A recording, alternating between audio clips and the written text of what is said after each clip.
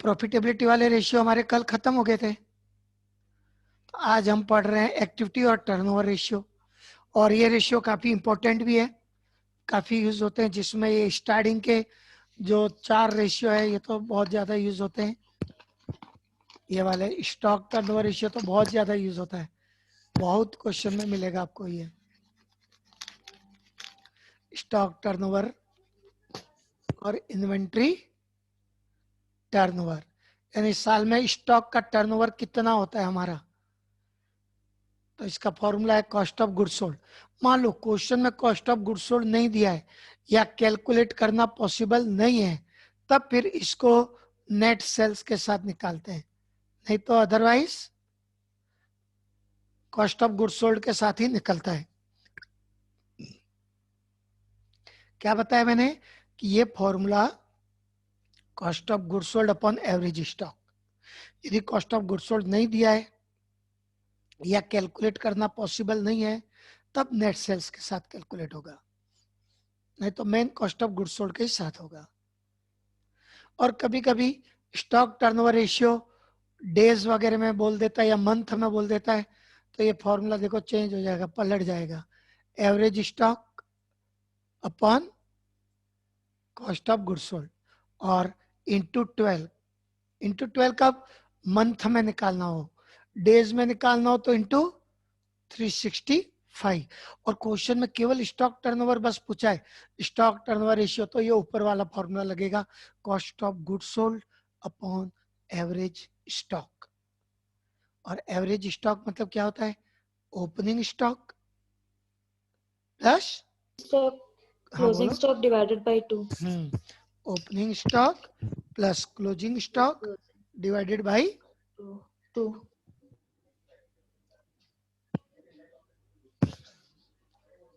इसके बाद ये हो गया स्टॉक टर्नओवर रेशियो, और ये फॉर्मूला बहुत यूज होता है, और इसका formula cost of goods sold upon average stock. Next receivable turnover. Receivable turnover मतलब डेटर्स टर्नओवर। इसमें केवल डेटर को ही नहीं लेते हैं, डेटर के साथ साथ बिल्स रिसीवेबल भी आता है। रिसीवेबल टर्नओवर का फॉर्मूला नेट क्रेडिट सेल्स, शुद्ध उधार विक्रय, net credit sales upon average receivable, net credit sales upon average receivable. अब नेट क्रेडिट सेल्स मतलब केवल क्रेडिट सेल्स, उधार, क्रेडिट सेल्स में सेल्स रिटर्न माइनस कर दो तो नेट क्रेडिट सेल आ जाता है।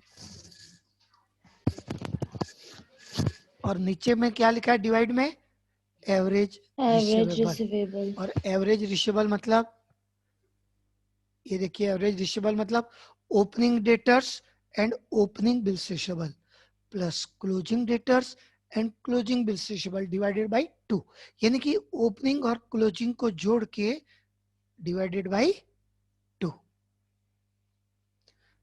ये दोनों फॉर्मूले में कोई डाउट है तो पूछ लो भाई, फिर आगे बढ़ते हैं थर्ड।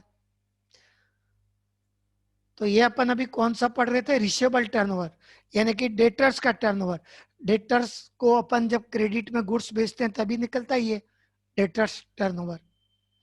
यदि आप कैश में बेचोगे तो ये आएगा ही नहीं डेटर। डेटर कब होता है, डेटर्स कब क्रिएट होता है, जब गुड्स उधार बेचते हैं। क्रेडिट में बेचोगे, कैश में बेचोगे तो डेटर्स होते ही नहीं है। तो डेटर्स टर्नओवर में क्रेडिट सेल का यूज होगा, net credit sales upon average receivable. इसके बाद थर्ड, एवरेज कलेक्शन पीरियड। इसका मतलब कि हम डेटर्स को जो गुड्स क्रेडिट में उधार में बेचते हैं, डेटर्स को गुड्स हम उधार बेचते हैं तो उसका पैसा हमको, उसका मनी हमको कितने दिन में कलेक्ट हो पाता है। आपको अपने कस्टमर से, डेटर से पैसा कितने दिन में मिलता है। आपने आज गुड्स उधार बेचा तो वो कितने दिन में पैसा दे रहे हैं, 1 महीना की, 2 महीना की, 30 दिन की, 40 दिन की, 50 दिन, डे या मंथ, किसी में भी निकाल सकते हैं। तो डेटर्स कलेक्शन पीरियड मतलब कि डेटर से हमको पैसा कितने दिन में वसूल हो पाता है, कलेक्ट हो पाता है, वही चीज इससे निकलती है। तो average receivable upon net credit sales upon number of days in period. इसके बाद ये तो हो गया एवरेज कलेक्शन पीरियड। उसके बाद पेबल टर्नओवर, जैसे अपन रिसीवेबल टर्नओवर निकाले ना, वैसे क्रेडिटर्स का निकलता है क्रेडिटर्स टर्नओवर रेशियो। इसका मतलब कि क्रेडिटर्स को हम पैसा नहीं, ये तो अपना क्रेडिटर्स टर्नओवर मतलब क्रेडिटर्स का साल में कितनी बार टर्नओवर होता है, कितनी बार आपका उनके साथ लेन देन होता है। तो इसका फॉर्मूला है नेट क्रेडिट परचेज शुद्ध उधार विक्रय, net credit purchase upon average payable.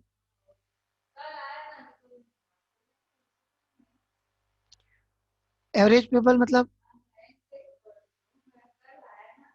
Opening और क्लोजिंग, पहले opening creditors and opening bills payable, फिर closing creditors and closing bills payable divided by 2। Payable turnover मतलब समझ गए, क्रेडिटर्स और बिल्स पेबल दोनों का ओपनिंग क्लोजिंग जोड़ के एवरेज निकालना है और फॉर्मूला में पुट करना है net credit purchase upon average payable. क्योंकि डेटर्स और क्रेडिटर्स इनका relation credit purchase credit sale से ही होता है।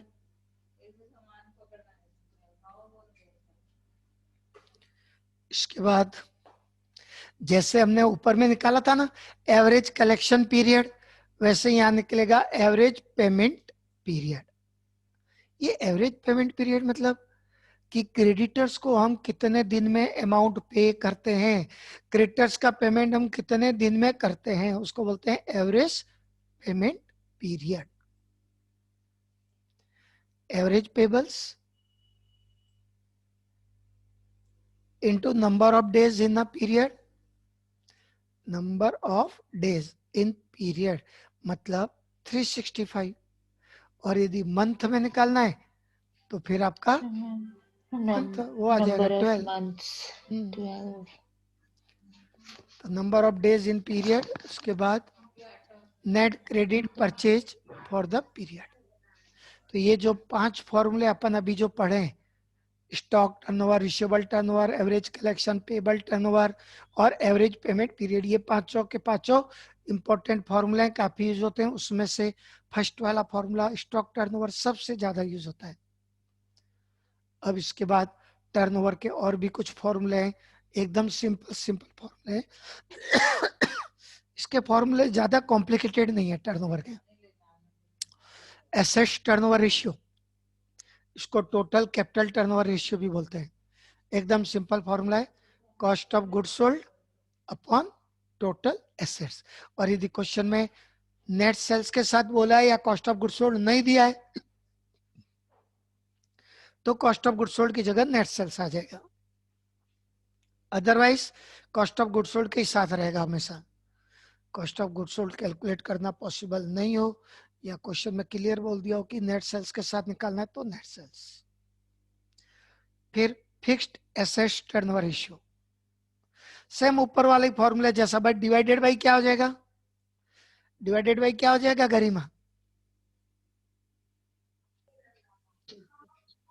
Net fix assets. हाँ, तो फिक्स्ड एसेट्स टर्नओवर रेशियो का formula cost of goods sold upon net fixed assets.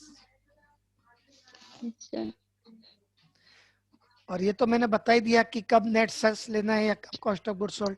तो कॉस्ट ऑफ गुड्स सोल्ड ही लेना है हमेशा जब तक क्वेश्चन में नेट सेल्स का नहीं बोला हो, या फिर क्वेश्चन में आपको cost of goods sold calculate करने के लिए कुछ नहीं दिया है या कैलकुलेट करना पॉसिबल ना हो, तब सेल्स यूज होता है। और ये नेट फिक्स्ड एसेट्स मतलब फिक्स्ड एसेट्स में से उसका डेप्रिसिएशन माइनस करने के बाद जो वैल्यू बचती है उसको बोलते हैं नेट फिक्स्ड एसेट्स। तो फिक्स्ड एसेट्स टर्नओवर हो गया cost of goods sold upon net fixed assets. वैसे करंट एसेट्स टर्नओवर का ratio cost of goods sold upon current assets हो जाएगा, फिक्स्ड एसेट्स की जगह करंट एसेट्स आ गया। और वर्किंग कैपिटल टर्नओवर रेशियो का formula cost of goods sold upon working capital हो जाएगा। अब ये वर्किंग कैपिटल क्या होता है? वर्किंग कैपिटल मतलब current assets minus current liabilities. Current assets minus current liabilities is equal to होता है वर्किंग कैपिटल। और वर्किंग कैपिटल टर्नओवर रेशियो मतलब cost of goods sold upon working capital.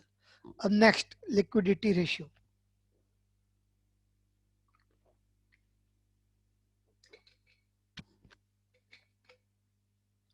Liquidity ratio में ज्यादा फॉर्मूला नहीं है, केवल 3 है। इन 3 में से जो शुरू के 2 फॉर्मूले हैं, टोटल 3 है, 3 में से 2 तो बहुत ज्यादा इंपॉर्टेंट है, जो बहुत कई क्वेश्चन में आपका रिपीट होगा। 50% क्वेश्चन में आपको ये फॉर्मूला यूज हो जाएगा।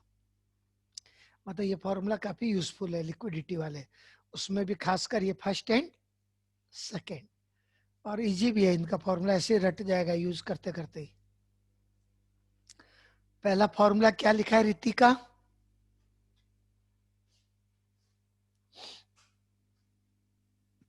Current assets upon current liability. ये किस चीज का फॉर्मूला है? करंट रेशियो और वर्किंग कैपिटल रेशियो। हाँ, कई लोग कंफ्यूज हो जाते हैं, कई बार क्वेश्चन में बोल देता है वर्किंग कैपिटल रेशियो निकालो, तो लोग ये ऊपर वाला फॉर्मूला यूज कर देते हैं वर्किंग कैपिटल टर्नओवर का। तो वर्किंग कैपिटल रेशियो मतलब करंट रेशियो। करंट रेशियो को ही वर्किंग कैपिटल रेशियो बोलते हैं, लेकिन सबसे ज्यादा नाम इसका जो यूज होता है वो है करंट रेशियो। करंट रेशियो नाम इसका सबसे ज्यादा यूज होता है। वर्किंग कैपिटल रेशियो नाम बहुत कम यूज होता है इसका। इसका formula current assets upon current liabilities. Current assets upon current liabilities. Current assets में क्या क्या होता है ये तो मेरे ख्याल से आप लोगों को सबको ही मालूम है। Cash balance, debtors, bills receivable, accrued income, prepaid expenses, stock, marketable securities। ये मार्केटेबल सिक्योरिटी मतलब इन्वेस्टमेंट ही है कि रेट बढ़ गया तो सिक्योरिटी बेच दिए, कम रेट हो गया तो खरीद लिए, ऐसा मार्केटेबल सिक्योरिटीज। तो ये सब करंट एसेट्स के नाम हमने पढ़े। और करंट लायबिलिटीज में क्या क्या आता है? वैसे करंट लायबिलिटीज का मतलब समझते हो कि जिनका पैसा, जिनका पेमेंट 1 साल के अंदर देना है वो सब करंट लायबिलिटीज। 1 साल के अंदर जिसको अमाउंट पे करना वो सब करंट लायबिलिटी होता है। इसमें क्रेडिटर्स है, bills payable, bank overdraft, outstanding expenses, honoured income and provision for tax. तो ये सब हमारी है current liability.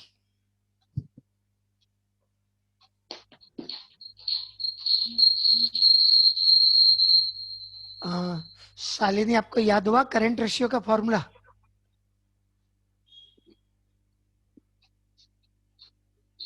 Current assets upon current liability. तो इजी है ये फॉर्मूला, एक बार में याद हो जाता है। Yes sir. नेक्स्ट और बहुत यूजफुल रेशियो फॉर्मूला है वो। उसके बाद है लिक्विड और क्विक रेशियो या एसिड टेस्ट रेशियो।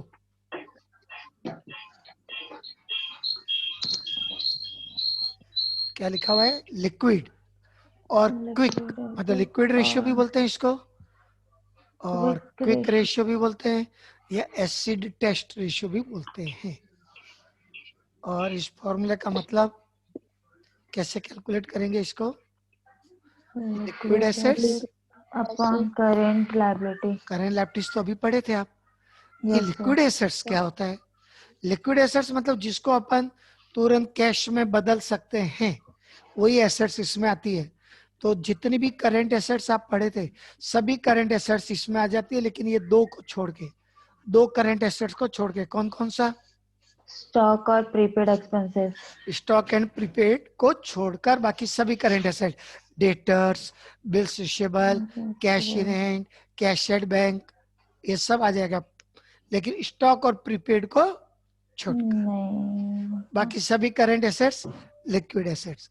तो लिक्विड एसेट्स को अपन ऐसा भी लिख सकते हैं, debtors, bills receivable, cash, bank balance, ये सब एक्रूड इनकम, बस ये दो को छोड़कर, स्टॉक और प्रीपेड को छोड़कर। तो लिक्विड रेशियो को और दूसरा नाम क्या बोले थे अपन? सर क्विक और acid ratio, test ratio. Acid test ratio. Ratio. इसके बाद नेक्स्ट सुपर क्विक रेशियो और absolute liquid ratio. Quick ratio.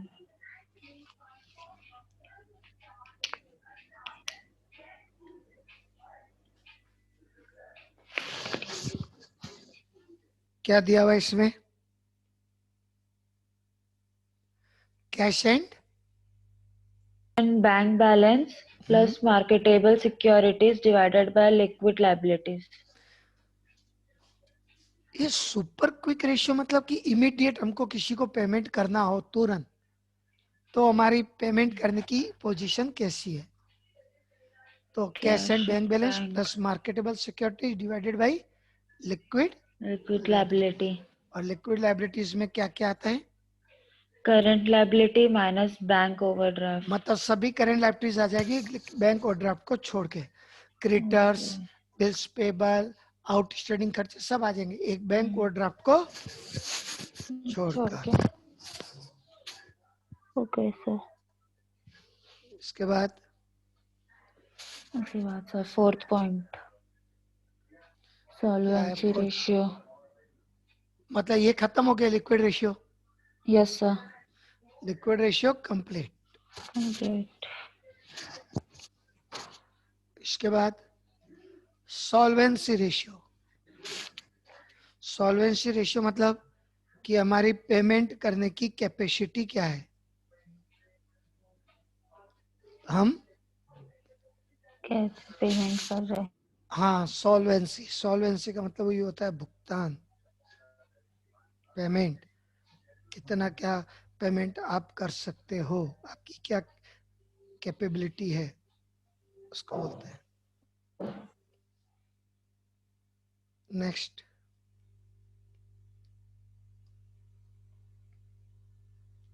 Solvency के अंदर पहला रेशियो है डेब्ट इक्विटी रेशियो। डेब्ट इक्विटी मतलब जो लोन वगैरह अपन लेते हैं उसको बोलते हैं डेब्ट। तो डेब्ट इक्विटी रेशियो मतलब लॉन्ग टर्म डेब्ट, यानी आपने कितना लॉन्ग टर्म लोन लेके रखा है, डिबेंचर भी इसी में ही आता है, डिबेंचर भी लॉन्ग टर्म डेब्ट में ही आता है, divided by share holders fund. उसके बाद प्रोप्राइटरी रेशियो,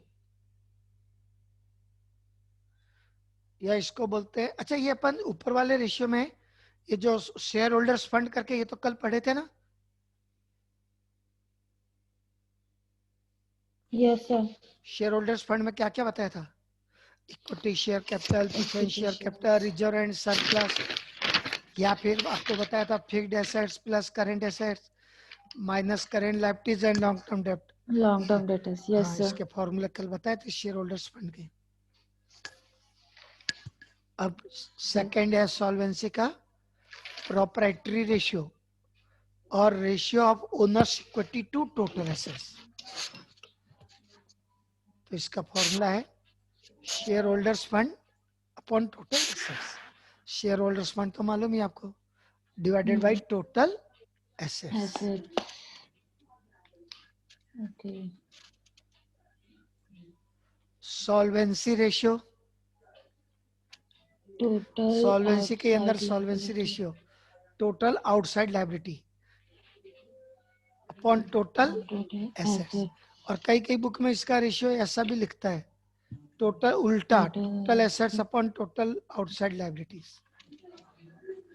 तो दोनों के अब जैसे मान लो ये रेशियो 1:2 आ रहा है, तो 1:2 बोलो या 2:1 बोलो, ये की मतलब है कि भाई आप बोलोगे कि टोटल आउटसाइड लाइबिलिटी 1 है तो टोटल एसेट्स 2 है मान लो, और यदि मान लो अपन ये बोले कि टोटल एसेट्स 2 है और टोटल आउटसाइड लाइबिलिटी 1 है, तो मतलब तो वही हुआ। तो कैसे भी लिख सकते हैं इसको, टोटल आउटसाइड लाइबिलिटी मतलब समझते हो कि आप लोग क्या होता है? टोटल आउटसाइड लाइबिलिटी मतलब क्या होता है कि हमको बाहर के लोगों को क्या पेमेंट करना है, yes, yes. तो जितनी भी करंट लाइबिलिटी है और जितना भी लॉन्ग टर्म डेप्ट है, इसी को तो बोलते हैं टोटल आउटसाइड लाइबिलिटी। चाहो तो आप लिख लो यहाँ पे,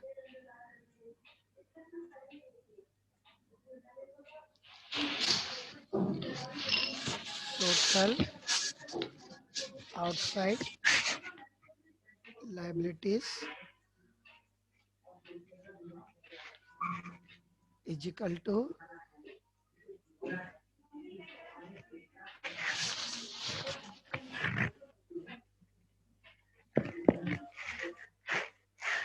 लॉन्ग टर्म डेप्ट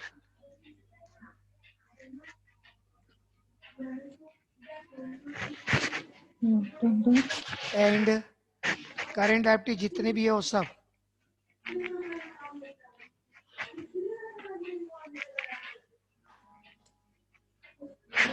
Okay, sir. इसको टोटल आउटसाइड लाइबिलिटी बोलते हैं।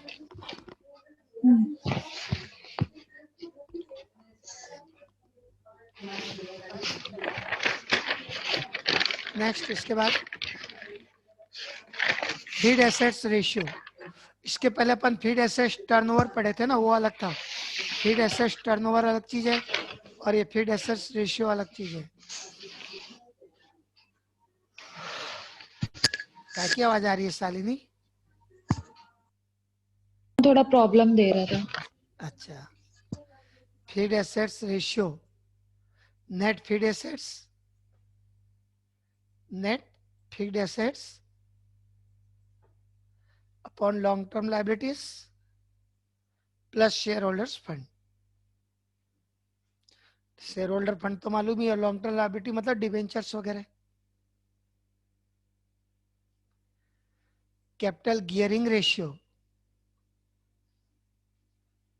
Equity share capital plus reserve and surplus. ये इक्विटी शेयर कैपिटल और plus reserve and share surplus मतलब तो ये हो गया आपका क्या बोलते हैं इक्विटी शेयर होल्डर फंड, और Yes, sir. Divided by preference share Preference capital share capital plus plus long-term debtors. Long term डेब्ट। उसके बाद Okay. डेब्ट सर्विस रेशियो, यानी कि इंटरेस्ट कवरेज रेशियो। एक ही मतलब है कि आपके पास इंटरेस्ट पे करने के लिए कितना प्रॉफिट है। तो net profit before interest and tax upon interest on long term डेब्ट। और आखिरी debts to total funds ratio. Debts यानी कि लॉन्ग टर्म डेब्ट, इसका टोटल फंड के साथ, टोटल फंड मतलब कैपिटल एम्प्लॉयड हो गया, ये देखो लॉन्ग टर्म डेब्ट और divided by share holders fund plus long term डेब्ट। कल भी बताया था कि share holders fund plus long term डेब्ट का मतलब होता है कैपिटल एम्प्लॉयड। तो फॉर्मूले तो बहुत सारे हैं, अब अपन क्वेश्चन बनाते जाएंगे तो फॉर्मूला यूज होते जाएगा, तो आपको याद भी हो जाएंगे ये फॉर्मूले। और जो फॉर्मूले सबसे ज्यादा यूज होते हैं वो अपने आप यूज करते करते याद हो जाएंगे।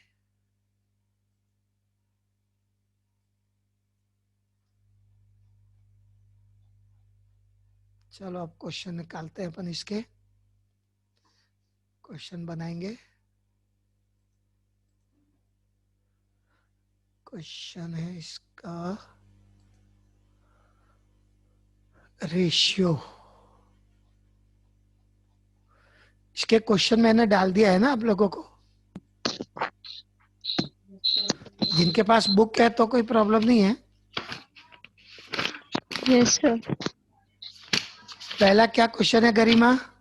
From the following details ascertain the gross profit ratio. किसी को ग्रॉस प्रॉफिट रेशियो याद है?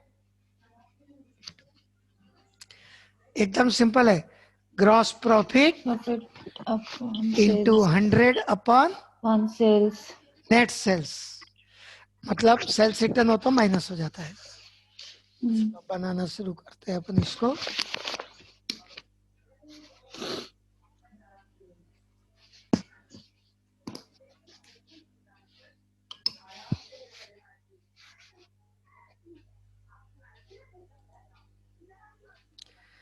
इस क्वेश्चन में अपने को बोला है पहला ग्रॉस प्रॉफिट रेशियो। क्या फॉर्मूला था इसका? वापस बोलो।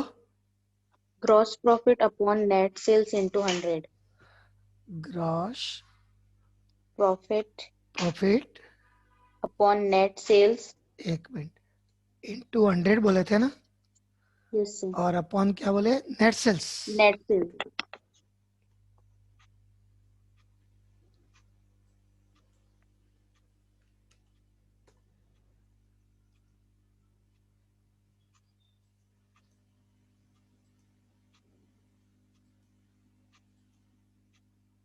अब पहला वाला कितने साल का है ये? 2 साल का था ना इस क्वेश्चन में। Yes, sir. 13, 14 14 और 14, 15 नई बुक में भी वही है ना डेट, देख लेना। Yes, sir. Yes, sir. Sales दिया हुआ है, जीपी भी दिया, 2 अलग अलग साल का निकालना है अपने को। 13, 14, 14, 15। GP ratio 2013, 14। ग्रॉस प्रॉफिट कितना है 13, 14 का? 5 lakh. 75,000. 75,000, Yes, sir. 75,000 Yes, sir. Multiply 100. 100 divided by 5 lakh. 5 lakh.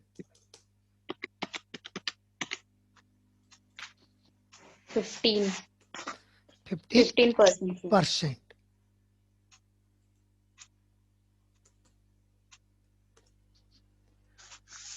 और 14, 15 का 14, 15 का अपने को जीपी कितना दिया हुआ है? 1,50,000. मल्टीप्लाई 100 और डिवाइडेड बाई कितना है सेल्स? 7,50,000. 7,50,000। कितना आ जाएगा ये? 20%. 20%. 20%। तो सेकेंड ईयर में हमारा रेट ऑफ ग्रॉस प्रॉफिट बढ़ गया, Yes, sir. 15% से 20% हो गया। 5% बढ़ गया, sir. क्वेश्चन में बोल देते ना कभी कभी कि उसको एक्सप्लेन करो, तो वही बताना पड़ेगा कि भाई फर्स्ट ईयर की अपेक्षा सेकेंड ईयर में जीपी का रेशियो इंक्रीज हुआ है। उसके बाद क्वेश्चन नंबर 2, इसमें भी जीपी रेशियो निकालना है आपको, लेकिन Yes, sir. इसमें आपको नेट सेल्स दिया हुआ है और ग्रॉस प्रॉफिट नहीं दिया है, कॉस्ट ऑफ गुड्स सोल्ड दे दिया है। कॉस्ट ऑफ गुड्स सोल्ड दे दिया हो तो कल अपन पढ़े थे ना ग्रॉस प्रॉफिट कैसे निकालते हैं यदि कॉस्ट ऑफ गुड्स सोल्ड दिया हो तो? Sales minus cost of goods sold. बिल्कुल सही। ये देखिए यहाँ पे लिखा है gross profit is equal to sales minus cost of goods Good, sir. Sold.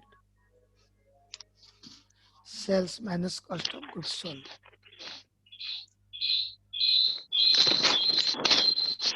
दोनों साल, इसमें भी 2-2 साल का निकालना है, 13, 14, 14, 15। 10, 15. सेल्स तो नेट दिया हुआ है ऑलरेडी, दोनों Yes, साल sir. का। कॉस्ट ऑफ गुड्स सोल्ड दे दिया है, तो पहले आपको इसमें कैलकुलेट करना पड़ेगा ग्रॉस प्रॉफिट। अभी जो बनाए थे वो था question number first.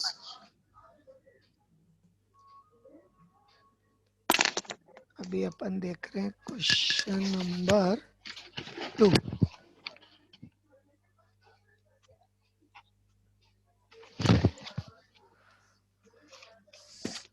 Gross profit is equal to net sales minus COGS, यानी कि कॉस्ट ऑफ गुड्स सोल्ड। तो ग्रॉस प्रॉफिट 2013-14 13-14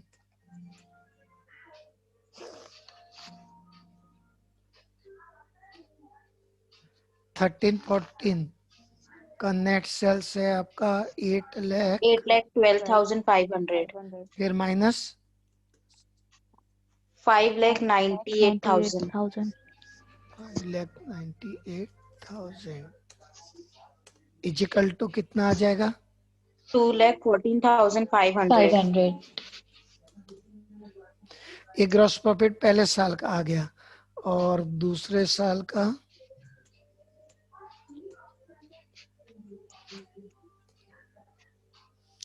14,91,800. 14 Yes, sir. 14,91,800 1,800. फिर माइनस 10,54,700. ओके, कितना आ जाएगा ये? 4,37,100. 4,37,000 कितना बोले? 300 100, sir. 100 Yes. 4,37,100। अब जीपी रेशियो निकाल दीजिए। आपने जीपी तो निकाल ही दिया है, दोनों साल का निकाल दो। ग्रॉस प्रॉफिट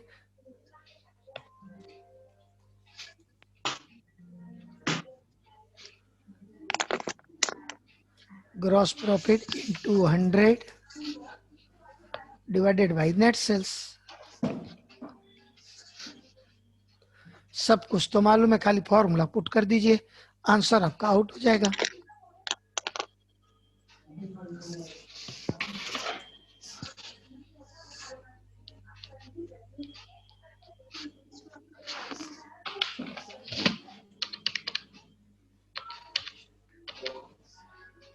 तेरह चौदह का कितना था? 2,14,500 इंटू 100 Divided by हाँ 8,12,500.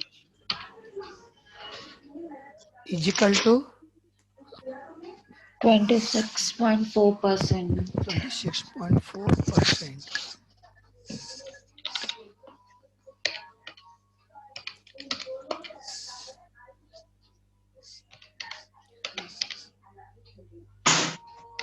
और इसका था 4,37,100 into 100 Divided by divided by 14,91,800. 10,91,800. 29 कितना आ जाएगा इसका? 9.3. 29.3%. कितना बोले, एक बार रिपीट करो। 29.3%. ओके, 29.3%।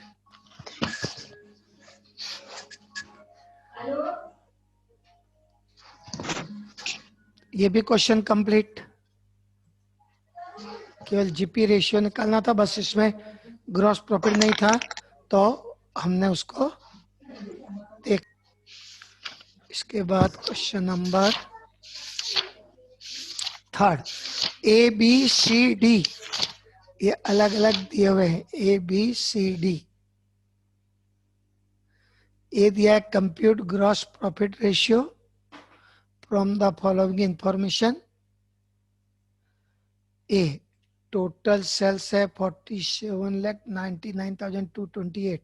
सेल्स रिटर्न भी दिया है तो वो माइनस हो जाएगा, और cost of net good sold भी दिया है तो जीपी निकल जाएगा, net sales minus cost of good sold, तो ग्रॉस प्रॉफिट निकल जाएगा।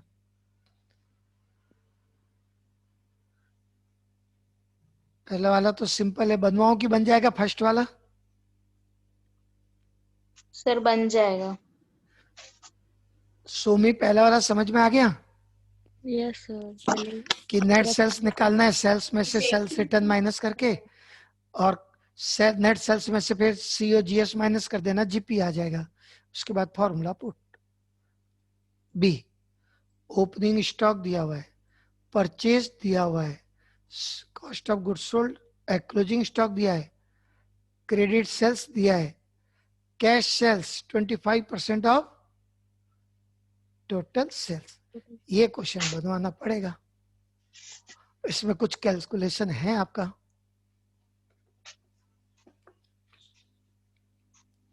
काफी चीजें दी हुई है इसमें। COGS के लिए इसमें कौन सा फॉर्मूला यूज कर लेंगे? सर वो वाला ओपनिंग स्टॉक प्लस परचेज। तो पहले कॉस्ट ऑफ गुड्स सोल्ड, उसके बाद इसमें सेल्स भी नहीं दिया है अपने को, खाली क्रेडिट सेल्स दिया है। कैश सेल्स भी निकालना पड़ेगा। कैश सेल्स 25% टोटल सेल्स का दिया, और टोटल सेल्स तो नहीं मालूम हमको, तो ये कैलकुलेशन कर लेते हैं अपन। सबसे पहले एडिंग डाल देते हैं, क्वेश्चन नंबर 3, और सबसे पहले इसमें कैलकुलेट कर लेते हैं अपन cost of goods sold is equal to opening stock plus purchase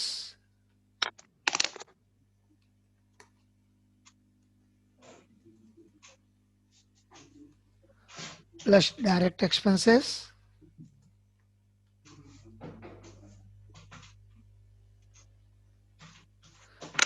minus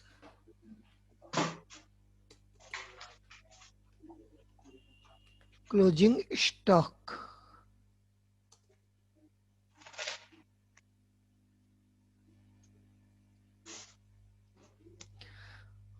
opening stock अपने को दिया हुआ है 40,000, यस सर। उसके बाद परचेज है 6,20,000। 20,000। डायरेक्ट एक्सपेंसेस नहीं दिया है सर। तो अब सीधा माइनस कर देंगे अपन, closing stock क्लोजिंग स्टॉक 10,000, 10,000। 6,50,000। 6,50,000। ये आ गया COGS, cost of goods sold. उसके बाद टोटल सेल्स का 25% है कैश सेल्स। टोटल सेल्स ही तो नहीं दिया है, टोटल सेल्स ही चाहिए अपने को, क्योंकि फॉर्मूला है अपना gross profit into 100 upon net sales. तो यहाँ पर अपन लिख लेते हैं let total sales is equal to x.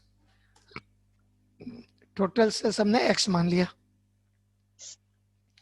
तो कैश सेल्स कितना हो जाएगा? कैश सेल्स उसका 25% है। कैश सेल्स दिया 25% of total sales, 25% of total sales,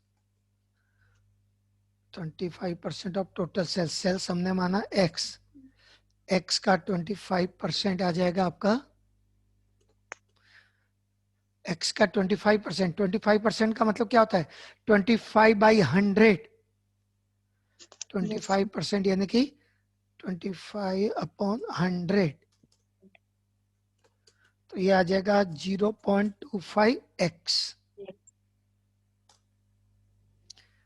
cash sales आ गया 0.25x। Total sales is equal to क्या होता है मालूम है? Cash sales plus cash sales plus credit credit sales. Sales, दोनों का टोटल ही तो होता है। तो टोटल सेल्स कितना माने थे अपन? एज्यूम किए थे एक्स, फिर is equal to cash sales 0.25x 0.25x, बिल्कुल सही। फिर प्लस क्रेडिट सेल्स क्वेश्चन में दिया हुआ है 6 lakh 6 लाख। अब आप ये 0.25x को इजिकल टू के इधर लेफ्ट साइड ट्रांसफर कर सकते हो, तो क्या हो Yes, sir. जाएगा x minus 0.25x 25x equal to, अब क्या बच जाएगा इधर 6 लाख।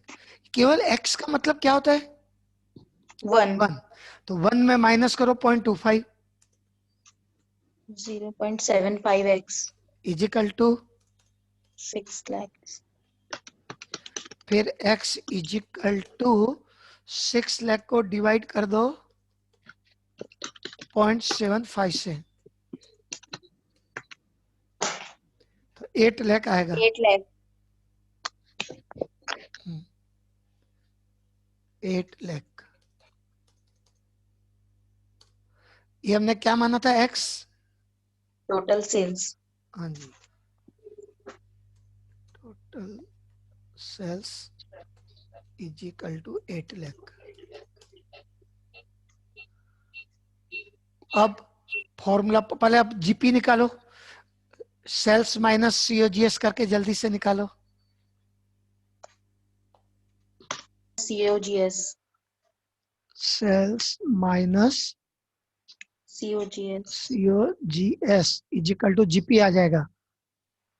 yes sir हाँ जी, सेल्स कितना था अपना 8 लाख, yes sir और COGS 6,50,000 6,50,000, 1 lakh 1,50,000 150 yes sir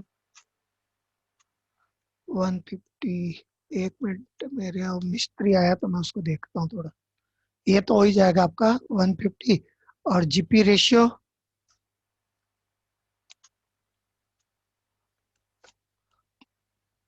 GP gross कितना profit है upon net 150 no multiply 100 divided by yes sir 8 lakh 8 lakh, कितना परसेंट आया 18.75% 18.75। तो ये तो हो गया कंप्लीट आपके। अब अगला देखिए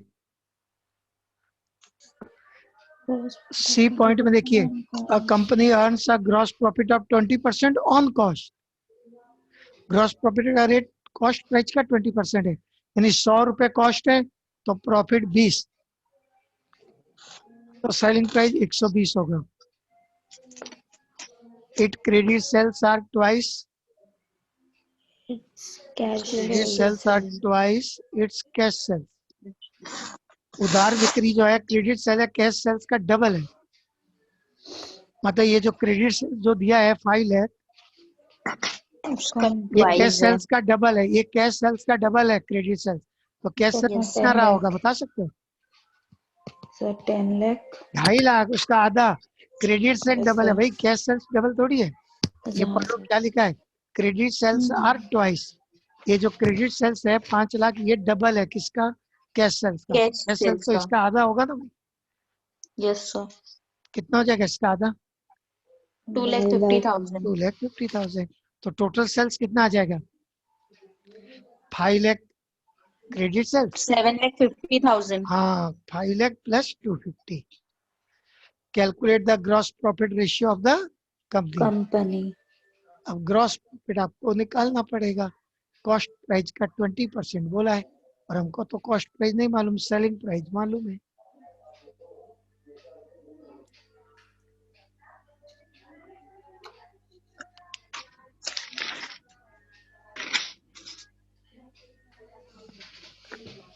हंड्रेड प्लस रेट करके लिखना पड़ेगा। इफ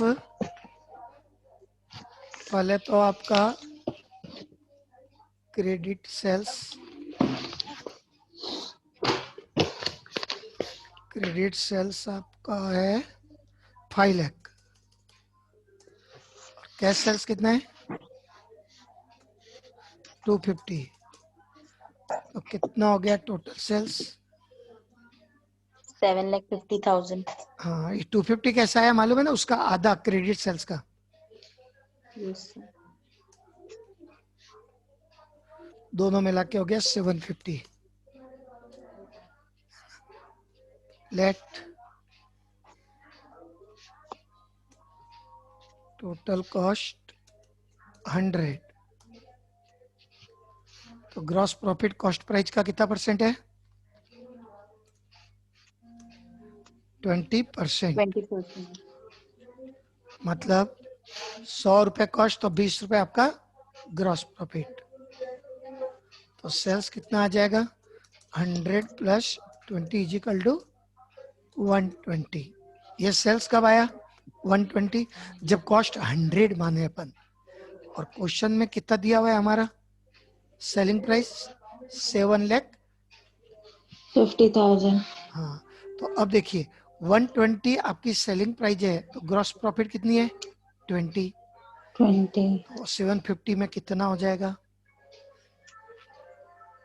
सर वापिस से एक बार बताइए ना, लेट्स टोटल कॉस्ट से.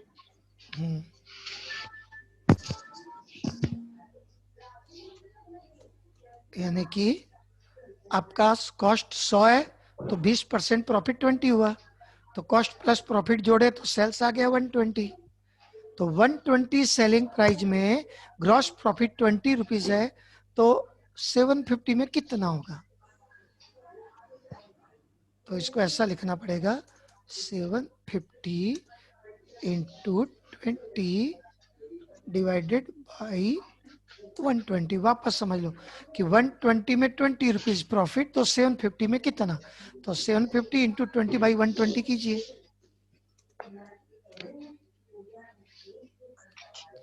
ग्रॉस प्रॉफिट निकल जाएगा. 120 में 20 रुपए है, तो 7,50,000 में कितना होगा?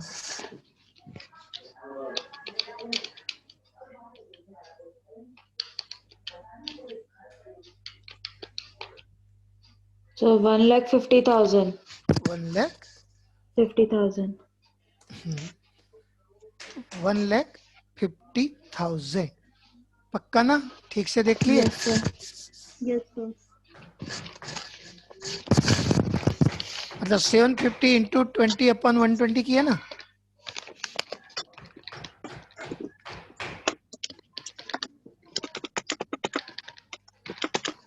सर 1,25,000 आएगा. हाँ, यस. पक्का ना? देख लो एक बार और. हाँ सर 1,25,000. मैं 100 से की थी सर. हाँ, 1,25,000. अब इसको फॉर्मूला में पुट करके इसका रेट निकाल लेना, बस हो गया. जीपी रेशियो निकल जाएगा फॉर्मूले में पुट करके. ठीक है, ओके सर.